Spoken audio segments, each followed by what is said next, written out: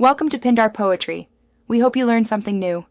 You open Vscode and immediately create a project folder, then make index.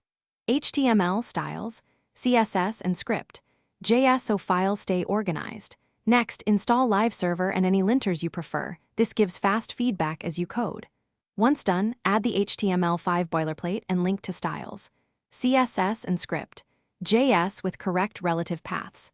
Make sure to save and use autosave or Ctrl+S frequently. This prevents lost changes and lets live server reload your page automatically. You should split the editor so HTML, CSS, and JavaScript are visible at once, which speeds debugging and design iterations. Use Emmet for rapid HTML scaffolding and apply CSS changes live while live server refreshes the page. When scripting, set breakpoints in DevTools and log values with console. Log to inspect state.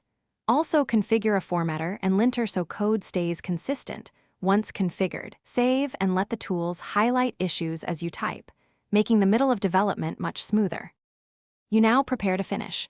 Run a quick cross-browser check, clear the browser cache, and open DevTools to confirm no console errors. Use the integrated terminal for build steps or to run a local server. Make sure your CSS and JS files are correctly linked and loaded.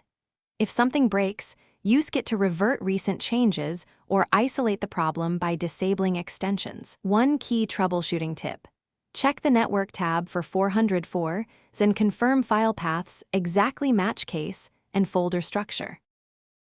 Thanks for watching. Consider subscribing if we helped you.